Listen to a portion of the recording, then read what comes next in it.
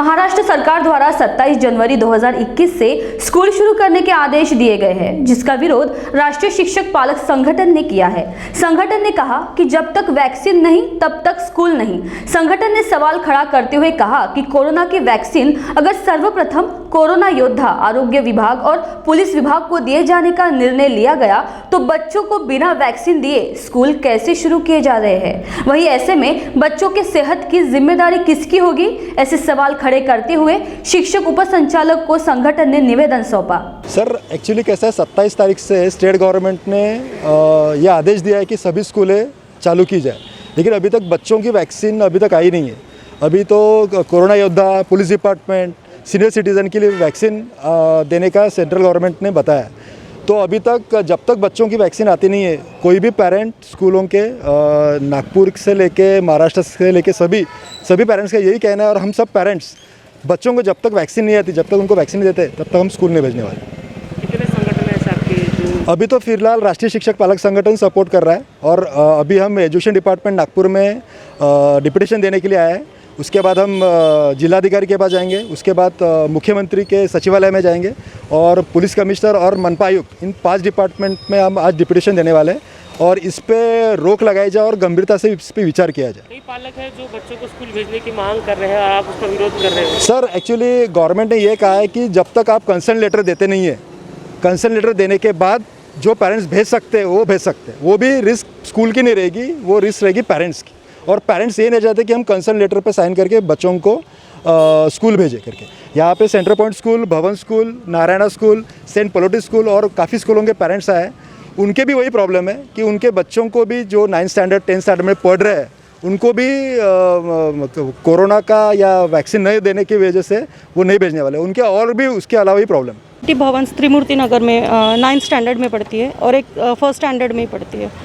But हमें बस इतना ही कहना है कि जब तक वैक्सीन नहीं निकलती है हम बच्चों को स्कूल नहीं भेज सकते। यह सब पेरेंट वही बोल रहे हैं, आप अगर नहीं दे सकते हो वैक्सीन तो प्लीज़ स्कूल मत शुरू करो, क्योंकि जो बच्चे जाते हैं उनसे हमारे बच्चे बात करते हैं, उनके भी मन में होता है कि हम भी स्कूल जाए, क्योंकि हमारे बच्चे तो जाना ही चाहते हैं बट हम नहीं भेजेंगे, तो बच्चे हमें ब्लेम करते हैं कि आप नहीं भेजते हो। उनकी रिस्क है, जान की रिस्क है, तो हम नहीं भेजते। बट ये गवर्नमेंट को भी समझना चाहिए कि नहीं, जब तक नहीं वैक्सीन हम बच्चों को दे रहे तो नहीं बच्चों की स्कूल स्टार्ट। अभी तो हमने सुना है कि 27 से 5 to 8 भी स्टार्ट हो रही है, तो अब इसकी रिस्पॉन्सिबिलिटी कौन लेगा? गवर्नमेंट लेगी। अगर हमारे बच्चों को अगर कुछ हो जाता है तो ये रिस्क, मतलब ये इसकी रिस्पॉन्सिबिलिटी अगर आप लेते हो तो ठीक है, हर पेरेंट भेजने के लिए तैयार है, बट वो तो करते नहीं ना। स्कूल गवर्नमेंट, स्कूल की अथॉरिटी रिस्क लेने के तैयार है, ना गवर्नमेंट तैयार है। ऑनलाइन जो पढ़ाई हो रही है उससे आप संतुष्ट हो? नहीं, बिल्कुल भी नहीं। बच्चों को कुछ भी नहीं समझ में आता है, मतलब बस वो फीस, उनको फीस चाहिए, इसके लिए ही वो ऑनलाइन पढ़ाई ले रहे हैं। कुछ नहीं। मेरी 9th स्टैंडर्ड की बेटी, वो टॉपर है, बायजूस है, उससे पढ़ रही है, तो स्कूल को फीस क्यों पे करें हम? आप सिर्फ एक वीडियो भेज दे रहे हैं या फिर थोड़ा सा आधे घंटे का एक क्लास ले रहे हो, उसमें बच्चों को कुछ समझ में नहीं आ रहा है। किसी के बच्चों को आ रहा है समझ में, मेरे बच्चे को तो नहीं, मेरे दोनों बच्चों को नहीं आ रहा है। एक तो मेरी छोटी बच्ची को मुझे पूरा टाइम उसके साथ बैठना पड़ता है, घर के पूरे काम धंधे छोड़ के उसके साथ बैठो, या फिर उसको स्कूल के बाद अगर उसका लेक्चर मिस हो रहा है तो हो गया। लास्ट ईयर जब वो स्कूल जाती थी तो उसको समझ में आता था? काफ़ी, बहुत अच्छा। एक्चुअली भवंस का है तो भवंस के बच्चों को समझ में आ जाता है, ट्यूशन्स की ज़रूरत नहीं है, स्कूल में ही समझ आता है। लेकिन अभी ऐसा कुछ नहीं हो रहा। ट्यूशन्स लगाए हैं मेरे बेटी को मैंने इस साल, ऊपर से वो बायजूस टॉपर, इसका भी वो कर रही है, वो उसी पे सुन रही है, स्कूल से कुछ नहीं समझ में आता है। क्या स्कूल ने कुछ बोला है कि बच्चों को नहीं भेजोगे तो हम उसके? नहीं, ऐसा कुछ नहीं बोला है। जो भेज रहे वो भेज रहे, जिनको नहीं भेजना है वो मत भेजो। बट ऑनलाइन तो चालू है, बट हम सेटिस्फाइड नहीं, वो क्योंकि उनको फीस चाहिए। रिडक्शन भी नहीं कर रहे हो, वो भी तो मतलब उसके लिए भी तैयार नहीं है। यहाँ तक के बोल रहे हैं कि अगर आपसे नहीं हो रहा है फीस भरना तो आप बच्चों की ये ले जाओ, TC ले जाओ, दूसरे स्कूल में डाल दो। ये मैं अभी फ़ीस भर के आ रहा हूँ, बार बार व्हाट्सअप आता है कि आप फीस भरो। अरे कहाँ से भरेंगे? अभी तो काम धंधा भी बराबर नहीं है, हमारा धंधा ही नहीं चल रहा है, बच्चों की फ़ीस कहाँ से भरेंगे? तो भी अब ज़बरदस्ती प्रेशर आता है तो हम लोग भर देते, क्या करेंगे? बच्चे के एडमिशन का तो हमको तो इतना प्रॉब्लम है। मेरी बच्ची अडॉप्टेड चाइल्ड है, मैं उसको दिल्ली से अडॉप्टेड करके लाया हूँ। मैं 3 बार सेंट जोसेफ कॉन्वेंट में जब से आया हूँ मैं तब से एप्लीकेशन दे रहा हूँ, कि मेरी बच्ची अडॉप्टेड चाइल्ड है। प्राइम मिनिस्टर बोलते कि भैया बेटी बचाओ बेटी पढ़ाओ। क्या पढ़ाओ बेटी को जब आप एडमिशन ही नहीं देना चाहते हो? हम तो बच्ची को लेके आए वहाँ से, अडॉप्टेड चाइल्ड है वो, उसका तो आपको कुछ तो रिलैक्सेशन देना चाहिए। क्या बेटी पढ़ाएंगे आप? अगर ऐसा ही करोगे तो हम क्या बेटी को पढ़ाएंगे?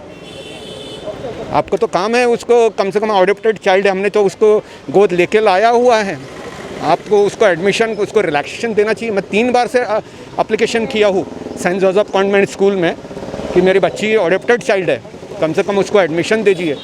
अभी हमारा धंधा पानी अभी ठीक नहीं चल रहा है, हमारी पोजीशन अभी बहुत टाइट है, कम से कम हम लोग उसको तो जैसा है उनको उसको पढ़ा रहे हैं हम लोग, और आप एडमिशन देने को मना करते हो। जो लोग आते हैं वो बोलते हैं कि क्रिश्चियन कोटा। अरे क्रिश्चियन कोटा क्या क्रिश्चियन कोटा? सभी लोग एक हैं, बच्चों को तो पढ़ाई तो सभी के लिए एक ही है ना, कोई कोटा थोड़ी है। आप बोलोगे कि भैया हमारे क्रिश्चियन बच्चे रहेंगे तो हम उनको पहले एडमिशन देंगे और दूसरे बच्चों को छोड़ देंगे, ऐसा नहीं होगा ना, ऐसा कैसे चलेगा? कोई भी बच्चा रहो, दलित रहो, कोई भी रहो, गोंड रहो, आदिवासी रहो, जो भी रहे, सबको पढ़ने का अधिकार है और आपको एडमिशन देना है। पुणे से आया हूँ और मेरे बच्चे गोयल गंगा इंटरनेशनल स्कूल में पढ़ते हैं, तो यहाँ उनके स्कूल के भी यही प्रॉब्लम्स है जो अभी मेरे कुछ सहयोगी ने बताया। तो मेन मुद्दा मुझे अभी ये जो बोलना है कि ये स्कूल जो चालू कर रहे हैं तो उसके लिए सिर्फ पेरेंट्स का ही कंसेंट क्यों मांग रहे हैं? हमने बोला है कि गवर्नमेंट ने भी इसका कंसेंट लेना चाहिए ना, अगर जिम्मेदारी उठाना है तो ये दोनों तरफ से होना चाहिए, और अगर कल कुछ प्रॉब्लम्स होते हैं तो उसके लिए गवर्नमेंट भी उतनी ही जिम्मेदार है। और ये मुद्दा हमने गवर्नमेंट ऑफिशियल के साथ भी उठाया था, और हम लोग इसके लिए पुणे पेरेंट एसोसिएशन के साथ मिल के काम भी कर रहे हैं।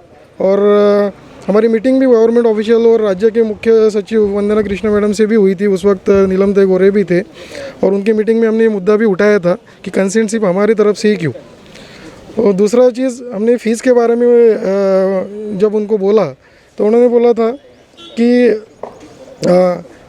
अलग अलग टाइप के स्कूल है तो आप वहाँ पे बच्चों को क्यों नहीं पढ़ाते?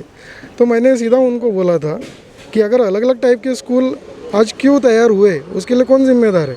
उसके लिए गवर्नमेंट ही कहीं तो भी जिम्मेदार है, जिनकी वजह से इस टाइप के स्कूल तैयार हुए और इस टाइप का बिज़नेस हुआ जहाँ पे नफ़ाखोरी हो रही है आज की तारीख में। तो गवर्नमेंट ने इसके बारे में सोचना चाहिए, उन पे कहीं तो भी अंकुश लगाना चाहिए, ये मेरी उनसे रिक्वेस्ट है। और अगर स्कूल ये 2-3 महीने के लिए अभी चालू भी करना चाहते हैं, जैसे अभी उन्होंने 9वीं 10वीं का चालू किया जिसमें 9वीं की स्ट्रेंथ काफ़ी कम है, 10वीं के पता नहीं अभी कितने लोग आते हैं, तो अभी तक कॉलेज नहीं चालू है, अभी तक सभी चीज़ें उस तरीके से नॉर्मल वे से चालू नहीं हुई, तो अभी 5th standard to 8th standard को चालू करने की ज़रूरत क्या है? जब आप लोग बच्चों को वैक्सीनेशन नहीं दे रहे, सिर्फ गवर्नमेंट ऑफिशियल्स को या आरोग्य कर्मचारियों को दे रहे हो, तो बच्चों को भी वैक्सीनेशन दो, उनका भी आप कंसेंट दो, उनकी जिम्मेदारी उठाओ और फिर स्कूल चालू करो। तो ये अगर आप 2-3 महीने के लिए स्कूल चालू कर रहे हैं तो मुझे उसके पीछे यही षड्यंत्र लगता है कि स्कूल पूरा फीस वसूल करना चाहती है पेरेंट्स से। और ये इस समय में ये जो पैंडेमिक सिचुएशन है जहाँ पे सभी प्रकार के पेरेंट्स काफ़ी तरह के तकलीफ़ें झेल रहे हैं, जहाँ पे बहुत सारे पेरेंट्स के जॉब चले गए, बहुत सारे लोगों के बिजनेसेस नहीं चल रहे हैं, तो वो लोग फ़ीस कहाँ से भरेंगे? तो यहाँ पे स्कूल क्या बोलता है, स्कूल ने भी ऐसे कुछ पेरेंट्स को आइसोलेट किया कि जिसकी वजह से उनका जो यूनिटी है वो ब्रेक हो जाए और उनको इंडिविजुअली वो लोग अलग तरह के, मतलब एक प्रकार से आप एलियरमेंट बोलो कि वो लोग उनको स्कॉलरशिप देंगे फाउंडेशन की तरफ से या फिर उनको डिस्काउंट देंगे। तो इंडिविजुअली क्यों? अगर उनको देना है तो उन्होंने सब लोगों को देना चाहिए। तो ऐसा जो डिसीज़न है वो स्कूल लेवल पे क्यों नहीं लेते? अगर उनको सीधा अगर सिर्फ ट्यूशन फ़ी लेना चाहिए, उन्होंने बाकी जो चीज़ें हमने यूज़ ही नहीं की है, जैसे अभी ऑनलाइन एप्लीकेशंस जो होती है बाइजू है या अलग टाइप के जो भी है, तो उस तरीके से अगर आपने पढ़ाया है जहाँ पे वो बच्चे पे डिपेंड करता है वो कितना गेन करता है, और उसके अलावा पेरेंट्स को भी एडिशनल एफर्ट लगाने पड़ते हैं।